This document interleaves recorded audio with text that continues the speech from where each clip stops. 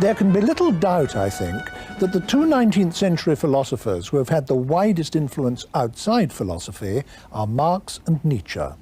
In continental Europe especially, the influence of Nietzsche on philosophers since his day has been prodigious.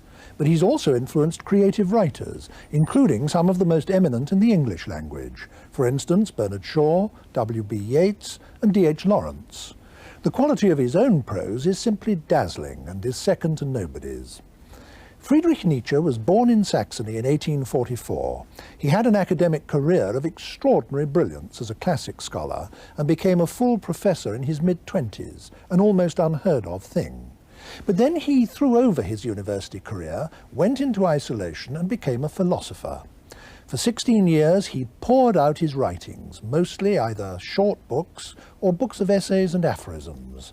Some of the best-known titles are The Birth of Tragedy, Human All Too Human, The Gay Science, Beyond Good and Evil, and most famous of all, Thus Spoke Zarathustra. At first he was deeply influenced by the ideas of Schopenhauer and Wagner, but he rebelled against both and went on to produce some notorious anti-Wagner polemics. Until the last 4 years of his creative life, he made no attempt to build a system of any kind.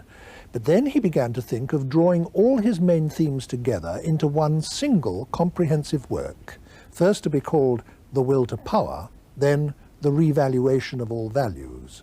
But it was not to be. Always plagued by ill health, in January 1889 he collapsed into mental illness, a condition almost certainly caused by tertiary syphilis, and he was helplessly insane until his death in 1900. With me to discuss his work is J.P. Stern, Professor of German in the University of London and author of one of the best known of the many books on Nietzsche. Professor Stern, I think one can say that Nietzsche was the first philosopher really to face up to Western man's loss of faith in religion, loss of belief in God or in the existence of any world outside this one. And if there's no God and no transcendental world, then all values, all truth, rationality, standards of any kind are not given to man from some agency outside himself, but are created by man, presumably for his own needs. We choose our values, or at least we create our values. Now, this is an extraordinarily disruptive and disturbing thing to confront, and Nietzsche knew that. Can we start the story from there? Yes, I think that this is a perfectly fair way of starting. In addition to what you said about his life, I think one might mention that he was a son of the man's, that he himself had, his father was a minister of the Lutheran Church, and therefore his attack on Christianity is not a neutral, not a disinterested, not a pacific thing at all, but is violent, dramatic, melodramatic in many ways. It's an attack on Christianity rather than on Christ.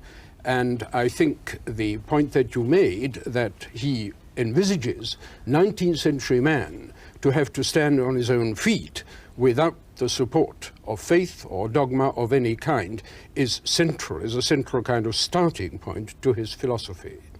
I think we want to see him as somebody who does not simply profess a flat kind of atheism, but who is personally, intimately involved in the denial of divine justice and divine mercy and all that.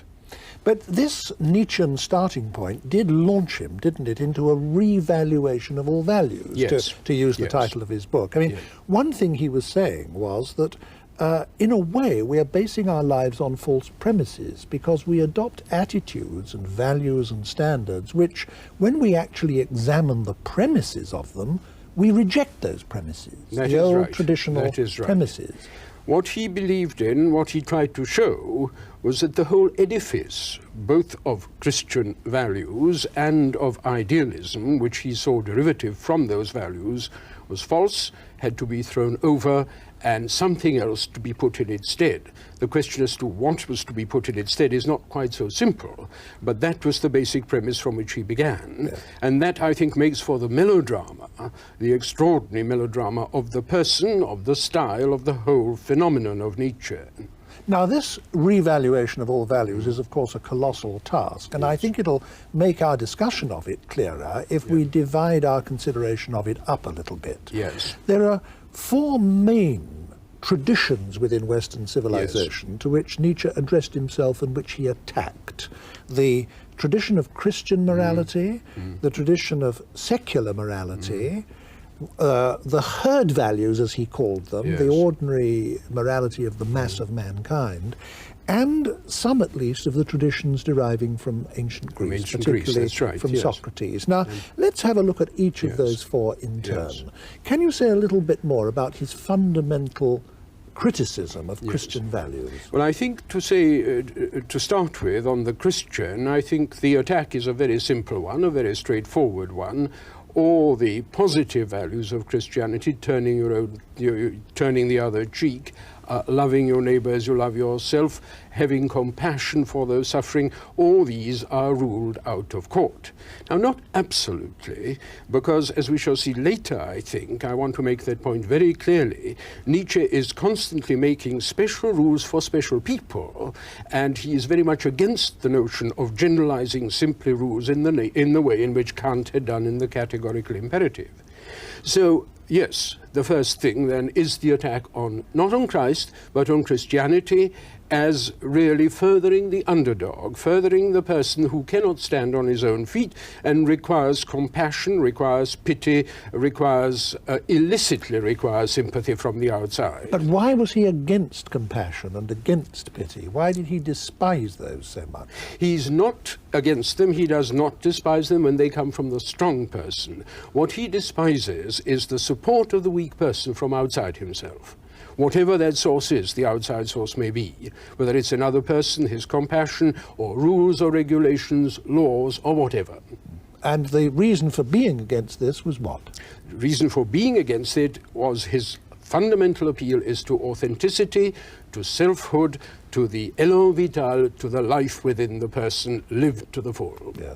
Now, what about his criticism of secular morality? I mean, the great moral philosophers like Kant, or in his own day, the utilitarians and so on, that wasn't Christian morality quite, but he was against that too. Now, why? I think the main reason there is this, that all systems of secular moralities are based on an abstraction from the individual case. They're based on an appeal to a generality. For Nietzsche, the word general is the same as common, and by common he means common in the nasty sense of the word. And therefore, in a sense, all rules and regulations, one might almost go as far as saying all laws, are for him matters for the common herd and no more. And now we're, of course, already on the third point that you made, the point about the common herd. Yeah. He's most emphatically not a democratic philosopher.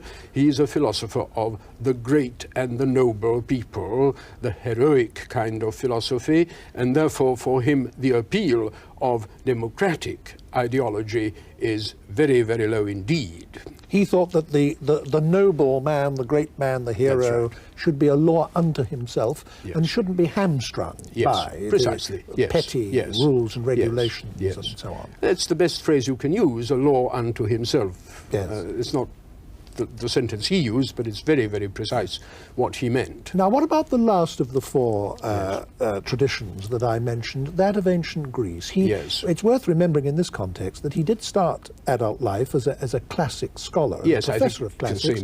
He knew about ancient Greece and became deeply critical, didn't he, of the whole tradition deriving from Socrates? Yes, but his classical work, and I think it's one of the most remarkable works ever written on the whole problem of tragedy, is concerned with pre-Socratic Greece, with pre-Socratic tragedy, which for him is a kind of golden age. And the whole thing goes flat at the point when Euripides, Aristophanes, and Socrates come on the scene. What happens there is that strength and goodwill and warmth and beauty are replaced by reason, are replaced by rationalizing things, by the Socratic argy-bargy. He never forgave Plato, so to speak, for bringing up a hero whose main qualities are those of talking everybody else into the ground. Now, this concern with the origins of culture which he displayed in such a rich way, one Yes. has to say, was all bound up with his notion that we make our values. Yes. Because if human values and human culture Yes. are made by us and not given to us by God or authority outside ourselves, then the whole question of how we get them, Yes. where they come from, Yes. becomes a fundamental one for him, Yes. doesn't it? Yes. And it's also a fundamental 19th century concern, Yes. the whole concern with origins. Yes. One thinks of the origin of species, Darwinism, and so on. Yes. Was Nietzsche influenced by Darwin? Yes, well, he certainly was anti-Darwinian, and I think the idea is that he didn't really understand very clearly what the whole theory of the origin of the species came to. Like so many 19th century figures, he was always going to study physiology, going to study chemistry, going to study physics, but never got round to it. So I don't think that there's an awful lot of interesting things to be said about his attitude to that. But I think the main point about origins is that, again, like some philosophers, like Marx, for instance, he believes that you can determine the quality of the product by the nature and quality of the origin. This, after all, is very much what Freud did, and I suspect that Freud got it very largely from Nietzsche, although he isn't very ready to acknowledge it. Now, what that means is really that the background, the genealogy of morals, for instance, you quoted one of the titles, is in fact indicative of the quality of morals. Now, let me say I don't believe this is true, but I mean that is very much the 19th century view over and over again, that you can determine the quality of a mental product by the nature, by the origin that is at the back of it. Yes, and we are now inclined sometimes to call that the genetic fallacy, That's but right. I don't want to Yes. go into that. Yes, I think this is very close, yes. Your mentioning of Freud prompts Yes. another question that I Yes. wanted to put to you.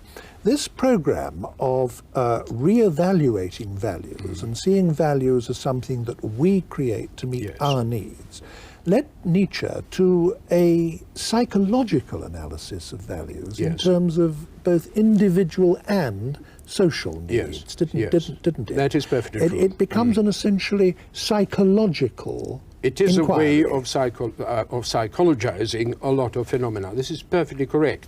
And indeed, I think he was a very remarkable psychologist in many ways, and he does not produce a system either in psychology or in anything else, and in that sense he's different from Freud, but he's very, very similar, in fact very much of an antecedent to Freud, because he places a very great deal of emphasis upon the unconscious. There is a myth about to the effect that Freud invented the unconscious. Nothing could be further from the truth. The unconscious has been about since the end of the 18th century, and Nietzsche is one of those who used the term and put tremendous emphasis on it. But he does not have a layer theory of the self the way that Freud did. As I say, he is very, very much less systematic. He distrusts systems. He thinks there's something indecent about trying to encapsulate a human being, a human psyche, within a systematic account. Another aspect of that is his notion that different moralities are appropriate for different people. Yes, Which he certainly had, didn't This he? I is mean, certainly- wouldn't it be true to say, well, in fact, you have said it, I Yes. think, that he distrusted rules. He Yes. thought they hamstrung the strong, they Absolutely. limited the Absolutely. creative. Yes, yes. He does believe that individual people are entitled to individual kinds of behavior and to individual bits of knowledge. This is the most astonishing thing, and also I think in many ways very prophetic kind of thing, that he believed that knowledge was not absolute, that the acquisition, the pursuit of knowledge was not to be taken absolutely, but that a given civilization had its own particular entitlement to the kind of knowledge that it could bear. You see, the emphasis is on it could bear it. He did envisage situations where knowledge would destroy the knower. Our knowledge of nuclear fission, Yes, for example, precisely. has become a lethal threat to us. Precisely. And that is something that Nietzsche would very Yes. easily and very well have understood. Yes, and he did in fact say so. I mean, not about nuclear physics, of course, but about knowledge generally.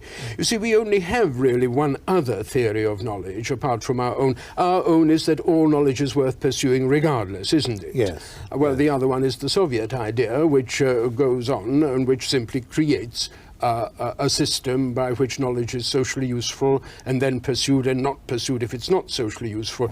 Nietzsche's view is somewhat similar to this. He does believe that given civilizations can destroy themselves, and the ground on which all this is erected is, in fact, we're coming back now to Socrates, the Socratic yen for knowledge, this endless this driving force which pushes us on. Up to this point in our discussion, we've talked about Nietzsche's critical enterprise. Yes. This basic view that up to this point in our history, the morals and values and standards of Western man have all been historically based on belief in a god or in gods who gave us these values, gave us these moral standards and so on, and would judge us by our failure to live up to them or success in living up to them and so on. Now, he comes along and he says, we've lost belief in God, we've lost belief in religion. That means we've lost belief in the whole foundation of our value system. And if we're to have a valid value system, we've got to re-evaluate it and refound it from the bottom up. And we've talked of some of the various critiques, individual critiques, into which this led him. I now want us to move on from this to the next stage of the discussion, and in a sense it's the obvious question to ask. What were his positive values, having, as it were, swept everything away on a colossal scale? What is he now advocating that we put in its place? Well, the answer to that is a very simple and a very complicated one, both at the same time. The simple answer is be yourself at the top of everything that you are, to the hilt. Live your life fully, live it adventurously, and all the other things which later on come under the heading of élan vital, that in the human sphere, I mean, that essentially the be thou thyself is the major premise from which he begins, and it's also the goal towards which ethics ought to the goal towards which ethics ought to be directed. Now, you may ask, of course, if everybody is himself and himself alone, how is this to be done in a wider sphere? How is this to be done in a political system, and so on? The answers to that question are, I'm afraid, very unsatisfactory as far as he's concerned, as indeed his whole attitude towards social questions never does get very far. Now, I said also that this is very, very complicated precisely for this reason, because it makes living together in some kind of harmony extremely difficult if you add to this the view that laws are, after all, there simply to make things easy for the weak person. You can see there's not very much purchase to be got out of that either. So it is, on the face of it, a simple system, but basically I think there is a great deal of difficulty facing anyone who's going to put this forward. In a sense, I think we can say that some of the fascist politics of the early part of the century is based, to some extent, among the intellectuals at any rate, on this view that you must create your own values. Well, it hasn't got us very far, as you can see. But this notion that you must say, as he put it, say yes to life, affirm life, be untrammeled, to the top of your bent, uninhibited, also led him to the view that of course this is going to lead you into conflict with other people, but you must simply sweep them aside. You must sweep away the weak and the unable and all those who, as it were, get in your way. That, of course, is absolutely flat head-on in conflict with Christian morality, isn't it? Yes, it has, but then you see, you've only mentioned one half of it. The other part of it is you must also conquer all that is comfortable, all that is cowardly, all that is less than adventurous within yourself. And if you've done that, that is the view that he puts forward in Zarathustra, for instance, if you've done that, you won't really want to be so very aggressive towards the others. You will have some understanding of their weaknesses, though the understanding of the positive, the tolerant understanding of weaknesses is not precisely Nietzsche's very strong point. Not what he's most famous for. Yes. I mean, people, of course, have always been shocked by his saying this, and they've thought that what he was advocating was contrary to moral standards and so on. But his point, of course, was that that in fact moral standards ought to be derived from life, yes. ought to be subordinate to life, yes. that our notions of truth and rationality and all the rest ought to derive from life assertion. Yes. And or from the great man. Yes. From the great man, and by the great man he meant, as I already mentioned, Goethe would be one, Napoleon would be another, sometimes Luther, sometimes even some of the great Borgia popes would figure as that, and sometimes even Socrates would, because he had the strength of mind to carry through his own project. But this supremacy of life assertion and self-assertion means that even truth itself must be subjugated to this. Absolutely. If there are truths that would damage us, that in other words would damage our lives, then we don't want to know them. You see, we're back again at the question of the entitlement to truth, or at what he once called the hygiene of knowledge. There ought to be some kind of hygiene that would tell us what kind of knowledge we may face and what kind of knowledge we should reject. And you're quite right, that truth itself, in that way, is subjected to this kind of embargo, to this kind of sanction that he puts forward. Well, one sees absolutely how this is flat contrary to all moralities that have actually existed. Would it be true to say that Nietzsche's defense, if he deigned to defend himself against criticism, would have been to say something like this? But look, the whole of civilization, humanity itself, if you like, the whole evolutionary process, has consisted of the strong eliminating the weak, the able eliminating the unable, the intelligent eliminating the stupid.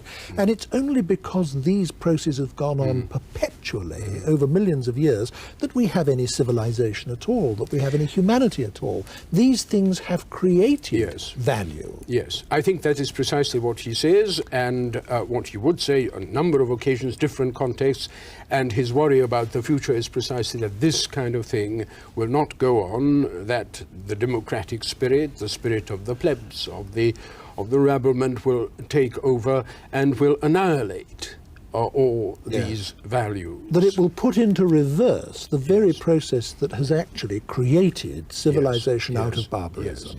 But in addition to that, I think we have to bear in mind that he has a view of history which is rather different from the view on which your analysis was based. He sees history as repeating itself. Now, what that means, we shall talk about that a little later, but what it essentially means is this, that any historical situation can create and absorb and make use of the highest that man is capable of creating. There aren't any privileged situations, there are no privileged eras, and therefore any era that sees itself as capable of fully understanding, of fully creating these values, should be allowed to do that. And the trouble is that the late 19th century, the early 20th century may very well be what he calls eras of decadence, in which this strength cannot be fully realized. Now, your mention of his doctrine that history repeats itself brings me to what I would like to think of as the next stage in our discussion. When one comes to regard Nietzsche's later work, there are four big themes in it, and again, I think for clarity's sake, it will help if we take them one at a time. One is what you might summarize under the phrase, the will to power, a phrase which he has popularized. One is the Übermensch, or translated as the Superman, again, an invention of his that's entered our language. One is this doctrine you mentioned of the eternal recurrence of time. And the fourth, I would say, is his notion of the aesthetic understanding of life. Now, let's deal with those in order. Let's talk first about the will to power, which at one time he was going to give as a title to the summation of his life's work. What was this notion of his, of the will to power? Well, he takes the notion of the will from your own special philosopher Schopenhauer, of course, and he reverses the evaluation of that, where Schopenhauer regarded the will as the source of all evil in the world and as the source of man's unhappiness. He regards it as the strength of man's strength, the source of man's strength, and the cultivation, the permission to the will to enact what it can enact is part of a healthy culture. Now, the difficulty there, I think, is that this obviously brings you in conflict with other people, and therefore at this stage the will to power becomes a will to self-assertion, will to usurpation of the other. But that's not all there is to the will. I think it's to be emphasized, not overemphasized, as some critics have done, but to be emphasized, that the will to power also turns itself inward, that is to say, it destroys within the self all that is weak, all that is comfortable, all that is simply, yes, part of a man's self-indulgence. A kind of drastic bringing of oneself up to the mark, up to the mark, which one has created oneself, and this is the difficult thing about the mark. Yes, the mark oneself. That's right. Yes. Well, now let's move on then to the next of the four main themes of his later works, the Superman. Now, everybody knows the word Superman, and it was in fact Nietzsche who invented it. It's been a very much misunderstood concept. People have associated it with the blonde beast of Hitlerian mythology and Nazi caricature. But of course that's not what he meant at all, was it? I think that is not what he meant at all. I think the Superman is the man, the production, I mean, who can be produced by any civilization. Remember I said that any era is capable of bringing forth the maximum values that men are capable of. Superman is the man who lives all that the will to power will secure for him, lives it to the full, is capable of repeating his own willing ad infinitum. We're already arriving at the doctrine, at that most controversial of all the things, the most bizarre, if you like, of these views, the eternal recurrence. Yes, let's get there quite yet, because I want to unpack this notion of the Superman, which has played such an enormous role in the thought in the last 100 years, and been so abused and misused by the Nazis, for example. Wouldn't it be truer to say that what Nietzsche was actually trying to get at was the notion of an unrepressed man, in, if you like, the Freudian sense, a man who has re-evaluated his values, who is not living his life according to false values, who is being to the top of his bench in an uninhibited, untrammeled, free spirit way? Isn't that rather Yes, I think that is so. And but it would be a man who, without, as it were, restricting himself, would naturally, instinctively not do any of the things that Nietzsche regards as evil. For instance, the one category that he comes out unequivocally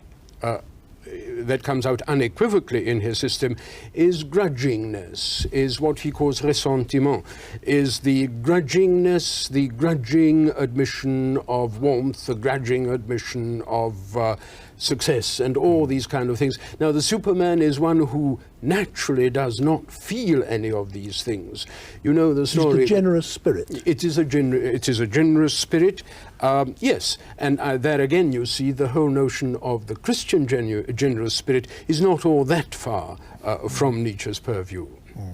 Now let us move on to the third of our four main themes, and you've touched on it already, this notion of the eternal recurrence. Now, I would say that, if anything, of all the doctrines of Nietzsche, this is the hardest, not just for people to understand, but even to take seriously. I mean, on the face of it, he appears to be saying that the whole of history moves in epicycles, vast epicycles, so that everything comes round again and again and again forever, so that you and I have actually sat in this studio having this conversation unnumberable times before, and will do so unnumberable times again. Now, is he really saying that? Well, he's really saying that, and he is trying out what might happen if you took that view seriously. And I think we want to say altogether in our whole discussion that a great deal of his thinking is of this experimental kind.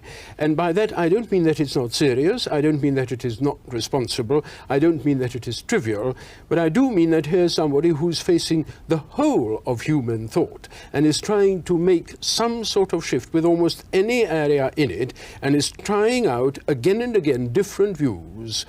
There's a saying of his, I think a very tragic saying of his, in a letter where he writes, I feel as though I were a pen, a new pen, a quill presumably, being tried out by some superior power on a bit of paper. It's a very strange thing to be feeling for somebody who's advocating the will to power and the Superman, and yet I think he did genuinely feel that. Now, he does then try out this thought. And it seems to me not so much a theory of being, not so much a theory of the cosmos, it seems to me a moral theory. That is to say, our actions, our willing, our intentions, our thoughts should be of such a superior kind, of such a grand kind, have such generosity and grandness about them, that we should not flinch to and be able to be willing to repeat them over and over again, ad nauseam, ad infinitum. So in other words, you're really only saying yes to life, yes, embracing life, yes, as he always says we should, if you would be willing to with do that kind of over and over again That's right. what you're doing That's now, right. Yes. and only ever Yes. this. Yes. I think to go on very much further than that and try to produce geometrical or mathematical equations in order to prove either the possibility or the impossibility of these views, which has been tried, has been done, doesn't seem to me to be terribly sensible. Doesn't beat the point. In other words, it's a huge metaphor. Really. It is a huge metaphor, and of course a great deal must be said about Nietzsche's uses of metaphors. Well, say yes. just something about yes. it, because yes. it's very relevant at this yes. point. I think I think we are in the habit of taking things literally in a way in which doesn't make sense as far as a great many of his statements are concerned. You spoke to begin with about his grand style, and I think it is an extraordinarily powerful, effective style. If I ask myself where it derives from, I think it derives from a strange invention, a strange discovery he seems to have made of placing his discourse, his language, somewhere halfway between metaphor and literal meaning. And this is something which very, very few people, certainly very few German writers, have done before him. He stands entirely on his own as far as thinking is concerned. You have mentioned that, and we've seen how he attacks every tradition in the West. Where he does find his precursors is in the style, and Montaigne and Pascal and La Rochefoucauld are his favorite authors, and that whole aphoristic style, I think, derives a tremendous lot from them, and it's not only me saying it, it's himself saying yes. it. And this style, which is pitched halfway between metaphor and literal statement, is something quite extraordinary, and I think unless we understand it for what it is, we are going to misread him. I have a quotation which I think gives an example of what I have in mind. When he talked about the terrible deprivation that he felt 19th century people experienced through what he called luridly the death of God, he wrote as follows. He says, rather than cope with the unbearable loneliness of their condition, men will continue to seek their shattered God, and for his sake they will love the very serpents that dwell among his ruins. Now you see this mixture of, on the one hand, conceptual thinking, I mean loneliness and condition, yes. are abstract terms belonging to conceptual thought. On the other hand, you've got the serpents glistening somewhere through the ruins of the shattered God. Yeah. Well, that, and the refusal, I think, to go beyond that, in other words, to write out the theory behind the metaphors, I think essentially constitutes what he's about. And it does give us, the readers, a problem. This fusion of poetry and metaphor on the one hand, yes. with concepts, Yes. hard concepts Yes. on the other, Yes. gives us a problem about how to take him. Yes. And that's really implicit Exactly. in what you've just been Exactly. saying. This leads to the fourth of the four Yes. themes of the later philosophy. We've talked now briefly about the will to power, about the Superman, and about his doctrine of the eternal recurrence of time. What you've just been saying about his use of metaphor leads us Yes. to the fourth of the four main themes in the later Yes. work, which is his notion that Yes. life is to be understood aesthetically. Yes. And I suppose the point here is that if there's nothing outside this world, no God, no transcendent realm or anything, then any meaning or justification that life has must be meaning derived from inside itself. Yes. So that, like a work of art, I mean, Yes. the only meaning a work of art has Yes. is what it, so to speak, gives itself. I Yes. mean, it doesn't Yes. derive its meaning from outside. Yes. Is that...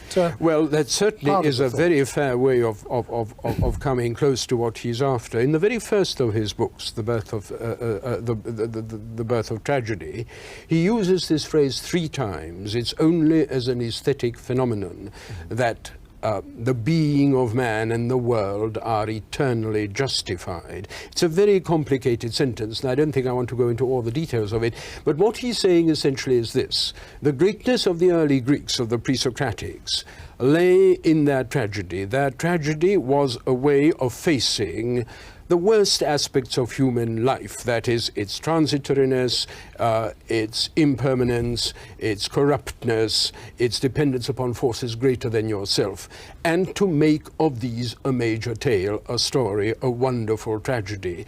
And this he applies in the largest, in the most cosmic possible sense. And he's asking, as indeed I think Shakespeare did occasionally, he's asking, is the whole world really to be taken seriously? Or is it not a great game, a great play, some kind of drama played out by we do not know who?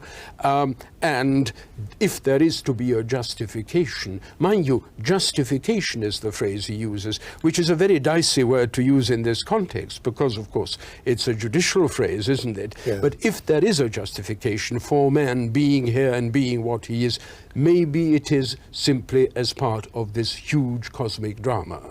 And a great deal of his thought, and I think of some of his most interesting and greatest thought, goes precisely into rehearsing and trying to make sense of this aesthetic justification of man.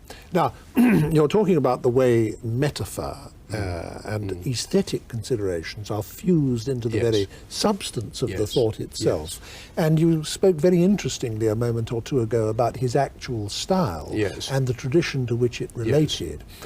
It in its turn has had immense influence, Yes. hasn't it? I instance some of the great creative writers Yes. that he has influenced in my introduction to this Yes. programme. Yes. Now, your particular field of expertise, if I may say so, is known to be comparative literature. It would be extremely interesting, I think, to end this discussion with just a word or two from you about Yes. the way Nietzsche and his writing and his philosophy have influenced creative writers since him. Yes. Well, simply to take the 3 names that you yourself mentioned, W.B. Yeats is the first one. Yeats read Nietzsche for the first time in a very brief little excerpts, translated by a man called John Common, of all things. It seems to me a most inappropriate name for a translator of Nietzsche. Yeah. And from 1902 onwards, when he read him, I think there is a very clear change in the general tenor and in the attitude of Yeats's poetry, and that slightly sultry, slightly sentimental, Yellow Roses kind of poetry of fin de siècle Yeats changes very much. And the great poetry, which is the poetry, as Yeats himself calls it, the poetry of blood and mire, I think is very strongly influenced by his reading of Nietzsche, by his attempts to grasp some of the problems that we discussed earlier on.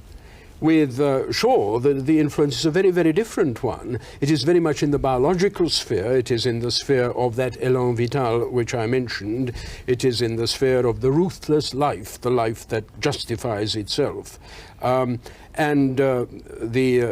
D.H. Lawrence, I think, again, it is the question of authenticity. Now, the authenticity as Lawrence conceives it is a very different kind of authenticity from the one that Nietzsche had in mind. In other words, it's social and sexual, and of course both of these are really rather minor factors in Nietzsche, but it is certainly from Nietzsche through his wife, Frieda Lawrence, that he acquired some knowledge of Nietzsche and that he was deeply influenced by it. And a very late and I think rather dreadful Christ story of Lawrence's seems to me to derive straight out of Nietzsche's psychologizing of the Christ figure. If we look on the continent, of course, Pirandello, Thomas Mann, André Malraux, all these people not only have been very strongly under his influence, but they acknowledge the influence throughout. Strindberg had a long correspondence through a common friend with Nietzsche, and so on. I think that there are immensely powerful influences, but we have to bear in mind that the aphoristic style, the tremendous attractiveness of the metaphors, the brevity of the message, and literary persons don't like to read heavy books, they like to read aphorisms. All these play very much into Nietzsche's hand. One last question, Professor Stern. I don't think we can finish our discussion without touching on it. If you say the name Nietzsche to most educated people in the West nowadays, what they immediately think of is the Nazis. And the Nazis seem to have appropriated Nietzsche as their philosopher in the same sort of way as they appropriated Wagner as their composer. And that's had the effect ever since of contaminating the reputation of those two geniuses in the minds of large numbers of people. Now, is it fair or is it unfair to associate Nietzsche with fascism? I think he must be associated with it to some extent, and fascism rather than National Socialism. It was Mussolini who read him extensively, who received a copy of the collected works from the Führer on the Brenner in 1938 as a present. Hitler himself, I think, probably knew phrases, I mean, certainly knew phrases like the will to power, but hadn't read anything of his. I think in some ways this is a justifiable charge, and I would put it this way, that to the extent that these parties depended upon their intellectuals, and to the extent that the intellectuals depended upon some sort of more or less ill-assorted ideology, Nietzsche was part of it. But of course, at the same time, I think it's to be emphasized very strongly that there are lots of things in him, much more important things in him, which are absolute anathema to these people, to these gangsters, let's put it quite plainly, and self-control and the inward struggle of the self and the attainment of valid, of generosity, for instance, and greatness of the kind that we have described, have nothing whatever to do with the kind of murderous ideologies that came into being in the Third Reich and among the early on among the Italians. And it's quite plain from the fact that you yourself have devoted so much of your life to studying Nietzsche and writing about him, that you think this is a hugely valuable undertaking, nevertheless. Yes, I certainly think it is an immensely valuable undertaking, providing we do not go to it with some expectation of getting a panacea on how to live right, but provided we go to it with a view to finding out what human beings can do, what the human possibility is, what the being of man is capable of understanding and creating from within itself. Thank you very much, Professor Stern.